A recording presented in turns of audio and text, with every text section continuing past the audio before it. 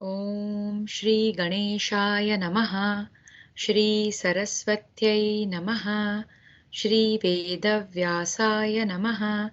नारायणं नमस्कृत्य नरं चैव नरोत्तमं देवीं सरस्वतीं व्यासं ततो जयमुदीरयेत्। 93 दुर्योधन के पूछने पर भीष्म आदि के द्वारा अपनी अपनी शक्ति का वर्णन। संजय उवाच।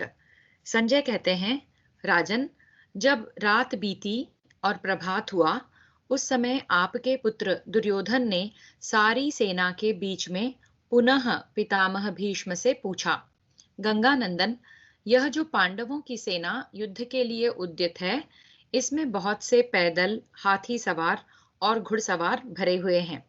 यह सेना बड़े बड़े महारथियों एवं उनके विशाल रथों से व्याप्त है। लोकपालों के समान महापराक्रमी एवं महाधनुर्धर भीमसेन, अर्जुन और धृष्टद्युम्न आदि वीर इस सेना की रक्षा करते हैं। यह उछलती हुई तरंगों से युक्त समुद्र की भांति दुर्धर्ष प्रतीत होती है। इसे आगे बढ़ने से रोकना असंभव है तथा बड़े बड़े देवता भी इस महान युद्ध में इस सैन्य समुद्र को क्षुब्ध नहीं कर सकते। महातेजस्वी गंगानंदन, आप कितने समय में इस सारी सेना का विध्वंस कर सकते हैं? महाधनुर्धर द्रोणाचार्य अत्यंत बलशाली महाधनुर्धर द्रोणाचार्य, अत्यंत बलशाली कृपाचार्य, युद्ध की स्पृहा रखने वाले कर्ण अथवा द्विज श्रेष्ठ अश्वत्थामा कितने समय में शत्रु सेना का संहार कर सकते हैं? क्योंकि मेरी सेना में आप ही सब लोग दिव्यास्त्रों के ज्ञाता हैं। मेरी सेना में आप ही सब लोग दिव्यास्त्रों के ज्ञाता हैं। महाबाहो, मैं यह जानना चाहता हूं, इसके लिए मेरे हृदय में सदा अत्यंत कौतूहल बना रहता है। आप मुझे यह बताने की कृपा करें। भीष्म उवाच। भीष्म जी कहते हैं, कुरुश्रेष्ठ, पृथ्वीपते, तुम जो यहाँ शत्रुओं के बलाबल के विषय में पूछ रहे हो, यह तुम्हारे योग्य ही है। राजन महाबाहो, युद्ध में जो मेरी सबसे अधिक शक्ति है, मेरे अस्त्र शस्त्रों का तथा दोनों भुजाओं का जितना बल है, वह सब बताता हूं, सुनो। साधारण लोगों के साथ सरल भाव से ही युद्ध करना चाहिए। जो लोग मायावी हैं, उनका सामना माया युद्ध से ही करना चाहिए। यही धर्म शास्त्रों का निश्चय है। महाभाग, मैं प्रतिदिन पांडवों की सेना को पहले अपने दैनिक भाग में विभक्त करके उसका वध करूंगा। महाद्युते, 10-10 हजार योद्धाओं का तथा 1000 रथियों का समूह मेरा एक भाग मानना चाहिए। भारत, इस विधान से मैं सदा उद्यत और सन्नद्ध होकर इस विशाल सेना को इतने ही समय में नष्ट कर सकता हूं। भारत, यदि मैं युद्ध में स्थित होकर लाखों वीरों का संहार करने वाले अपने महान अस्त्रों का प्रयोग करने लगूं, तो 1 मास में पांडवों की सारी सेना को नष्ट कर सकता हूं। संजय उवाच। संजय बोले, राजेंद्र, भीष्म का यह वचन सुनकर राजा दुर्योधन ने आंगिरस ब्राह्मणों में सबसे श्रेष्ठ द्रोणाचार्य से पूछा, आचार्य, आप कितने समय में पांडुपुत्र युधिष्ठिर के सैनिकों का संहार कर सकते हैं? यह प्रश्न सुनकर द्रोणाचार्य हंसते हुए से बोले, महाबाहो, आप अब तो मैं बूढ़ा हो गया, मेरी प्राण शक्ति और चेष्टा कम हो गई, तो भी अपने अस्त्र शस्त्रों की अग्नि से पांडवों की विशाल वाहिनी को भस्म कर दूंगा। जैसे शांतनु नंदन भीष्म 1 मास में पांडव सेना का विनाश कर सकते हैं, उसी प्रकार और उतने ही समय में मैं भी कर सकता हूँ, ऐसा मेरा विश्वास है। यही मेरी सबसे बड़ी शक्ति है और यही मेरा अधिक से अधिक बल है। कृपाचार्य ने 2 महीनों में पांडव सेना के संहार की बात कही, परंतु अश्वत्थामा ने 10 ही दिनों में शत्रु सेना के संहार की प्रतिज्ञा कर ली। बड़े बड़े अस्त्रों के ज्ञाता कर्ण ने 5 ही दिन में पांडव सेना को नष्ट करने की प्रतिज्ञा की। सूतपुत्र का यह कथन सुनकर गंगानंदन भीष्म जी ठहाका मारकर हंस पड़े और यह वचन बोले, राधा पुत्र, जब तक युद्ध भूमि में शंख, बाण और धनुष धारण करने वाले श्री कृष्ण सहित अर्जुन को तुम एक ही रथ से आते हुए नहीं देखते और जब तक उनके साथ तुम्हारी मुठभेड़ नहीं होती, तभी तक ऐसा अभिमान प्रकट करते हो। तुम इच्छानुसार और भी ऐसी बहुत सी बहकी बहकी बातें कह सकते हो। इस प्रकार श्री महाभारत उद्योग पर्व के अंतर्गत अंबोपाख्यान पर्व में भीष्म आदि के द्वारा अपनी शक्ति का वर्णन विषयक 193वां अध्याय पूरा हुआ। चतुर्नवत्यधिकशततमोऽध्यायः। अर्जुन के द्वारा अपने सहायकों की तथा युधिष्ठिर की भी शक्ति का परिचय देना। वैशंपायन उवाच।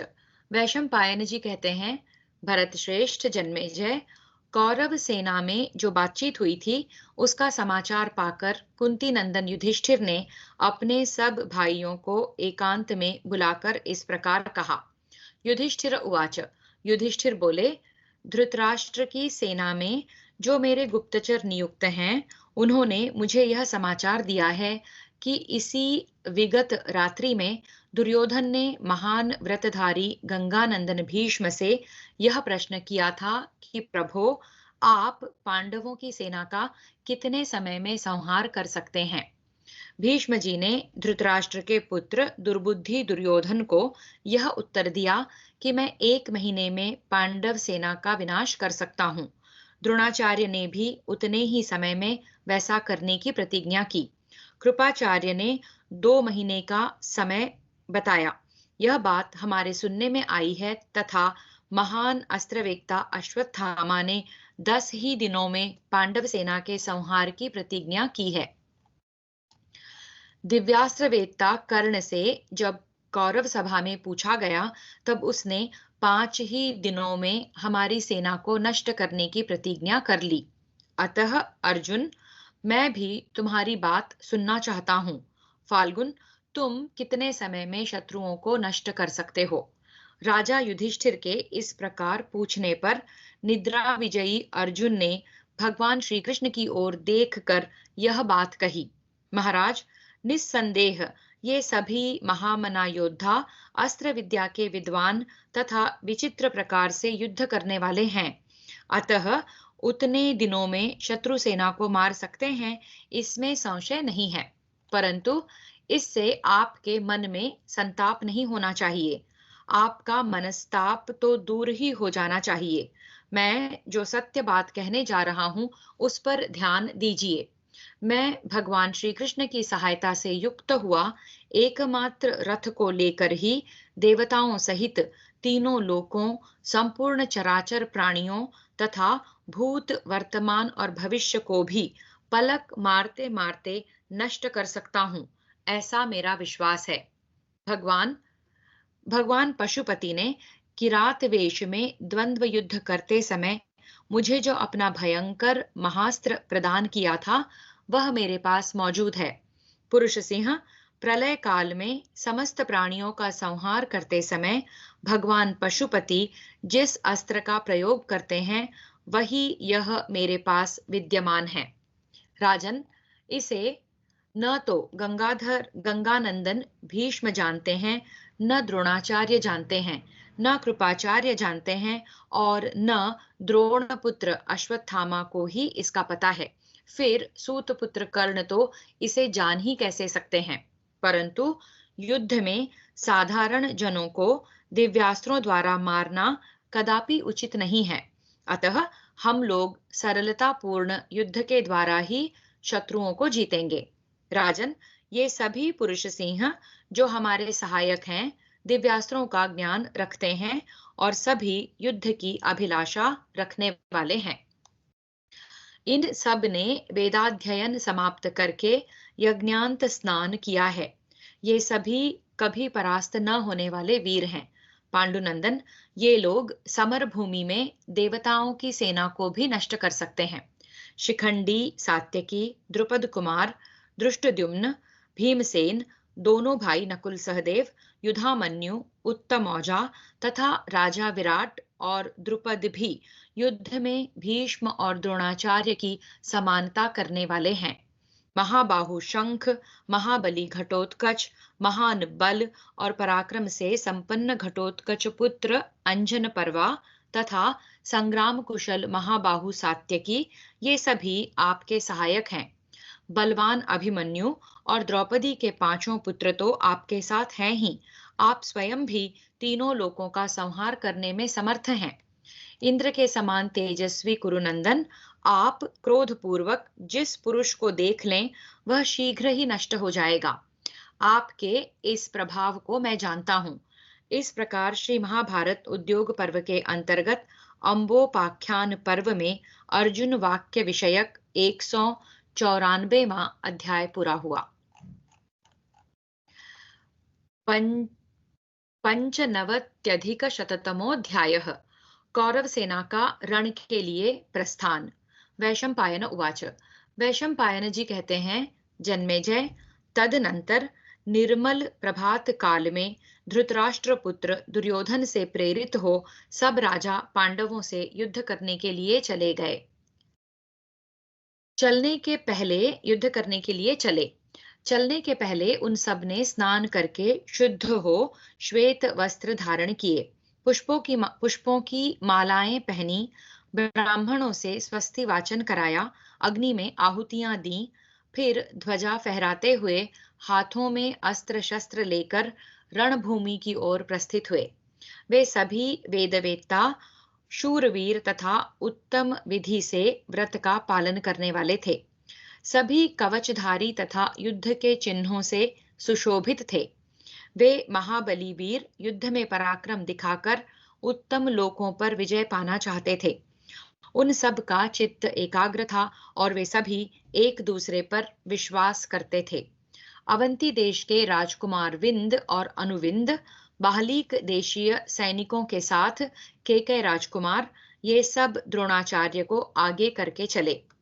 अश्वत्थामा, भीष्म, सिंधुराज जयद्रथ, दाक्षिणात्य नरेश, पाश्चात्य भूपाल और पर्वतीय भूपाल, गांधार राज शकुनी तथा पूर्व और उत्तर दिशा के नरेश, शक, किरात, यवन, शिबी और वसाती भूपाल गण, ये सभी महारथी लोग अपनी अपनी सेनाओं के साथ महारथी भीष्म को सब ओर से घेर कर दूसरे सैन्य दल के रूप में सुसज्जित होकर निकले।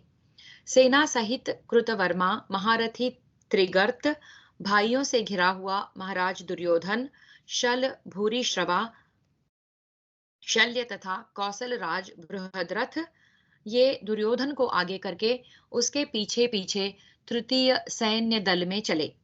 धृतराष्ट्र के वे महाबली पुत्र रण क्षेत्र में जाकर कवच आदि से सुसज्जित हो कुरुक्षेत्र के पश्चिम भाग में यथोचित रूप से खड़े हुए। भारत, दुर्योधन ने पहले से ही ऐसा निवास स्थान बनवा रखा था जो दूसरे हस्तिनापुर की भांति सजा हुआ था। राजेंद्र, नगर में निवास करने वाले चतुर मनुष्य भी उस शिविर तथा हस्तिनापुर नामक नगर में क्या अंतर है यह नहीं समझ पाते थे। अन्य राजाओं के लिए भी कुरुवंशी भूपाल ने वैसे ही सैकड़ों तथा सहस्रों दुर्ग बनवाए थे। समरांगण के लिए 5 योजन का घेरा छोड़कर सैनिकों के ठहरने के लिए 100 की संख्या में कितनी ही श्रेणीबद्ध छावनियां डाली गई थी। उन्हीं बहुमूल्य आवश्यक सामग्रियों से संपन्न हजारों छावनियों में भूपाल अपने बल और उत्साह के अनुरूप युद्ध के लिए उद्यत होकर रहते थे। राजा दुर्योधन सवारियों और सैनिकों सहित उन महामना नरेशों को परम उत्तम भक्ष्य भोज्य पदार्थ देता था। हाथियों, अश्वों, पैदल मनुष्यों, शिल्पजीवियों, अन्य अनुगामियों तथा सूत, मागध और बंदी जनों को भी राजा की ओर से भोजन प्राप्त होता था। वहां जो वणिक, गणिकाएं, गुप्तचर तथा दर्शक मनुष्य आते थे, उन सब की कुरुराज दुर्योधन विधि पूर्वक देखभाल करता था। इस प्रकार श्री महाभारत उद्योग पर्व के अंतर्गत अंबोपाख्यान पर्व में कौरव सेना का युद्ध के लिए प्रस्थान विषयक 195वां अध्याय पूरा हुआ। षण्णवत्यधिकशततमोऽध्यायः। पांडव सेना का युद्ध के लिए प्रस्थान। वैशंपायन उवाच। वैशंपायन जी कहते हैं, जन्मेजय, इसी प्रकार कुंती नंदन धर्मपुत्र राजा युधिष्ठिर ने भी धृष्टद्युम्न आदि वीरों को युद्ध के लिए जाने की आज्ञा दी। चेदी, काशी और कुरुष देशों के अधिनायक दृढ़ पराक्रमी शत्रुनाशक सेनापति धृष्टकेतु को भी प्रस्थान करने का आदेश दिया। विराट, द्रुपद, सात्यकी, शिखंडी, महाधनुर्धर पांचाल वीर युधामन्यु और उत्तमौजा को भी राजा का आदेश प्राप्त हुआ। वे महाधनुर्धर शूरवीर विचित्र कवच और तपाए हुए सोने के कुंडल धारण किए, वेदी पर घी की आहुति से प्रज्वलित हुए अग्निदेव के समान तथा आकाश में प्रकाशित होने वाले ग्रहों की भांति शोभा पा रहे थे। तदनंतर योग्यतानुसार संपूर्ण सेना का समादर करके नरश्रेष्ठ राजा युधिष्ठिर ने उन सैनिकों को प्रस्थान करने की आज्ञा दी और सेना तथा सवारियों सहित उन महामना नरेशों को उत्तमोत्तम खाने पीने की वस्तुएं देने की आज्ञा दी। उनके साथ जो भी हाथी, घोड़े, मनुष्य और शिल्पजीवी पुरुष थे, उन सब के लिए भोजन प्रस्तुत करने का आदेश दिया। पांडुनंदन युधिष्ठिर ने धृष्टद्युम्न को आगे करके अभिमन्यु, बृहंत तथा द्रौपदी के 5 पुत्र, इन सबको प्रथम सेना दल के साथ भेजा। भीमसेन, सात्यकी तथा पांडुनंदन अर्जुन को युधिष्ठिर ने द्वितीय समूह का नेता बनाकर भेजा। वहां हर्ष में भरे हुए कुछ योद्धा सवारियों पर युद्ध की सामग्री चढ़ाते, कुछ इधर उधर जाते और कुछ लोग कार्यवश दौड़ धूप करते थे। उन सब का कोलाहल मानो स्वर्गलोक को छूने लगा। तत्पश्चात राजा विराट और द्रुपद को साथ ले अन्यान्य भूपालों सहित स्वयं राजा युधिष्ठिर चले।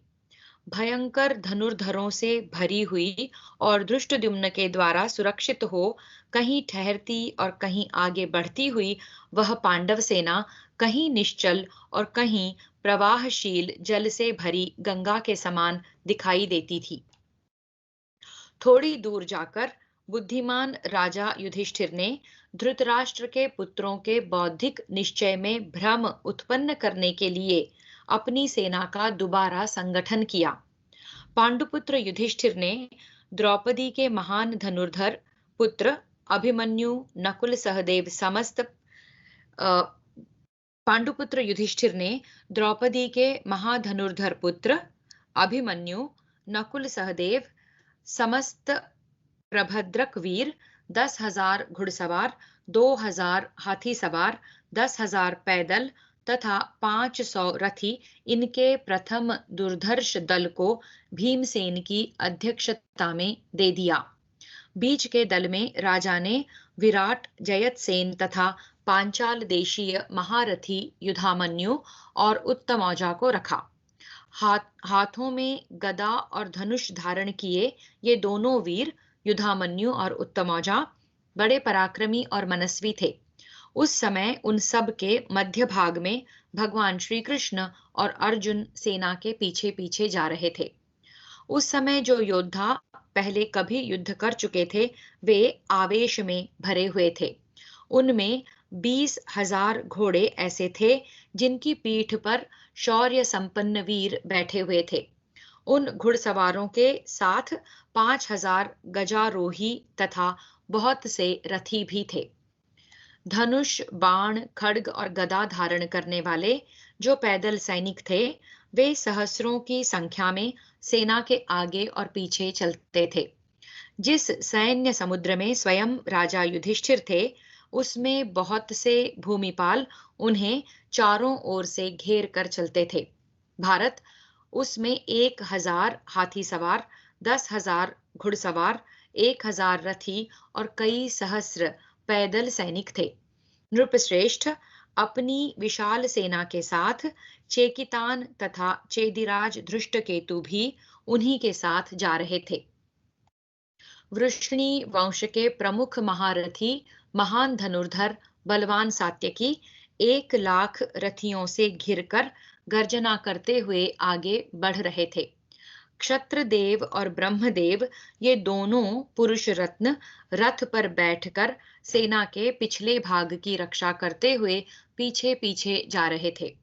इनके सिवा और भी बहुत से छकड़े, दुकानें, वेशभूषा के सामान, सवारियां, सामान ढोने की गाड़ी, 1 सहस्र हाथी, अनेक अयुत घोड़े, अन्य छोटी मोटी वस्तुएं, स्त्रियां, कृश और दुर्बल मनुष्य, कोष संग्रह और उनके ढोने वाले लोग तथा कोष्ठागार आदि सब कुछ संग्रह करके राजा युधिष्ठिर धीरे धीरे गज सेना के साथ यात्रा कर रहे थे।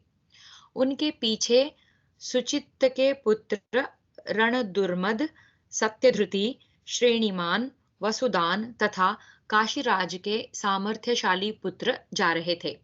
उन सब का अनुगमन करने वाले 20,000 रथी, घुंघरुओं से सुशोभित 10 करोड़ घोड़े, ईशा दंड के समान दांत वाले, प्रहार कुशल, अच्छी जाति में उत्पन्न, मदस्रावी और मेघों की घटा के समान चलने वाले 20,000 हाथी थे।